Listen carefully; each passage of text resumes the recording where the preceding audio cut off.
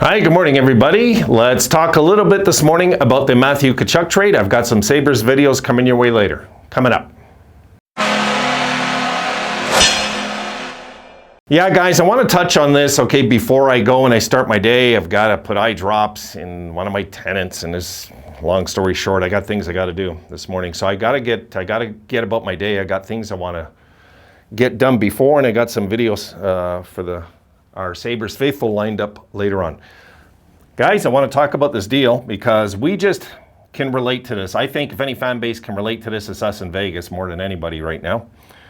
And this was a big trade. If you haven't heard yet, the Matthew Tkachuk is headed to Florida. So let's take a look at this deal. And there you see, Flames acquire Jonathan Huberdeau, Mackenzie Weegar, Cole Schwint, and a top 10 conditional 2025 first-round pick. Over to Florida, Matthew Tkachuk, a conditional fourth-round pick. Look, I'm looking at this deal. Matthew Tkachuk, 24. Okay, he's turning 25, I believe. It's like halfway through the season. Okay. Jonathan Huberdeau just turned 29, and Mackenzie Weegar's turning 29 halfway through the season also, or you know what I mean. A few months in, somewhere in that ballpark. Then you got the prospect and the first rounder. Let's not forget that. That's what, if I'm a Florida fan, that's what hurts the most for me in this deal. Now, you're going to get a lot of people's opinions on this. And, and the majority are going to say that's a big win for Calgary. I'm going to say this is a win for Florida in the long run. Yeah, Florida locked him in, folks, for 8 years at 9.5. He's locked in. He's a piece of their puzzle going forward to win a Stanley Cup. And I think he'll have much more of an impact in this league in 4 years from now. Even next year he could. But let's say in 4 years from now, 3 years from now, when Huberdeau has seen his better days and he starts to decline. You know, he's going to start to decline. Everybody does eventually.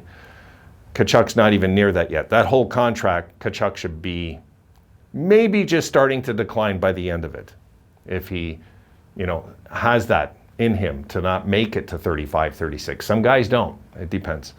All right, so getting back, but here's the thing with Calgary, that what impresses me, guys, is that Calgary, let's face it, Tree Living was basically about to get hanged on a tree by the Calgary fans out there, because really it was his job not to lose these two guys.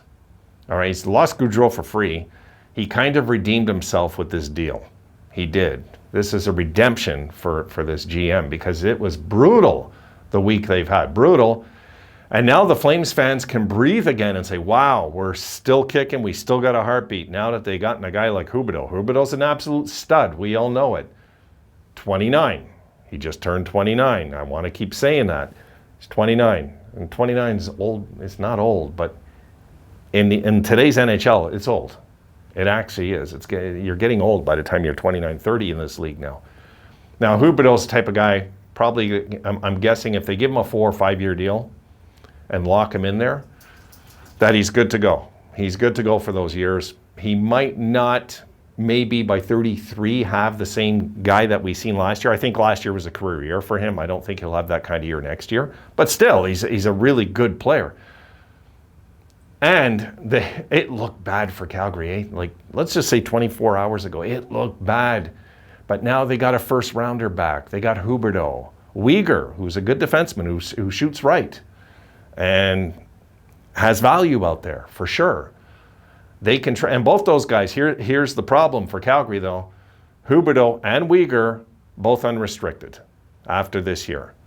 Now, I think management will have learned their lesson. They'll sit down with them and say, listen, please be straight with us. We'll find you guys good homes at the deadline, and we'll get back a return. Because they'll absolutely get a first rounder for for Huberdeau.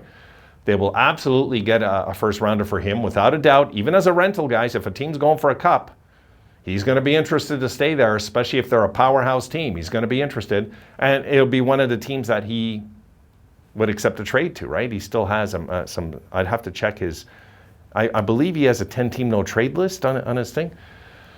And keep in mind also, he had a $2 million signing bonus, okay, that was paid. That was paid, I'm pretty sure. So This is, for the, if you're looking at it from that, you're saying, wow, we don't care about that, but owners do. Owners do. Let me just check Huberdeau. I'm pretty sure he had a signing bonus. He did, $2 million, there it is.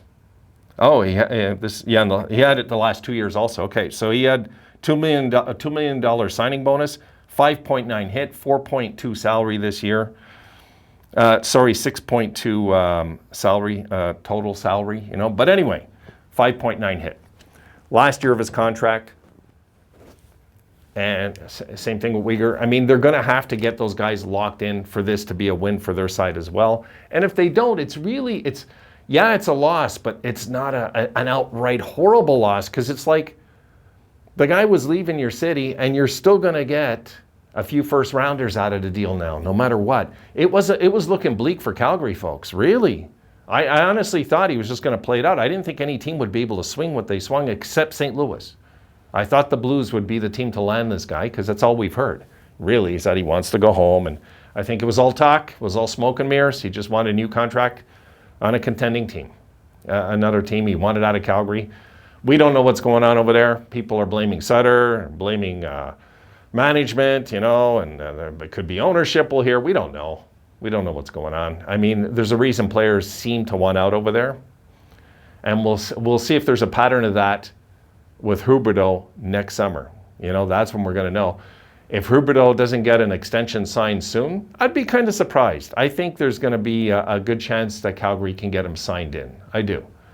So I don't know about Uyghur, what they're going to do there. Maybe he's on the plans, maybe he's not. Right shot defensemen are pretty important. For a lot of teams, there's a demand, so they can get something for him. This is a good trade for Calgary, folks. It keeps them afloat, okay? They were sinking like the Titanic just a few days ago. They really were. This was a brutal, brutal week for their fans. We relate to it. If any fans can relate to what Calgary went through this week, was us. In 07, the summer of 07, the summer of 06, 07, right? 07, 08's when he left, right? When Briere and Drury jumped ship and left, and we've never recovered since, have we? So we know what their fans are going through. We understand. If anybody understands, it's our fans. We do. So what do you think of the deal? I know the majority are going to think Calgary won this deal. You know what? After seeing so many trades over the years, we'll see what happens in 3 years. Whatever team wins a cup because of it. There's that way of looking at it too, right? I'm gonna say that I think Florida, when it's all said and done, has won this trade. But how does Calgary lose when they were losing him anyway? There's no loss for Calgary, guys. Calgary won also. Good hockey trade, this guy's opinion. I gotta get out of here. You folks, I'll see you later. I know it's non-Sabres, but I wanted to toss it out there just in case some of you haven't heard it. See you in the next one, guys.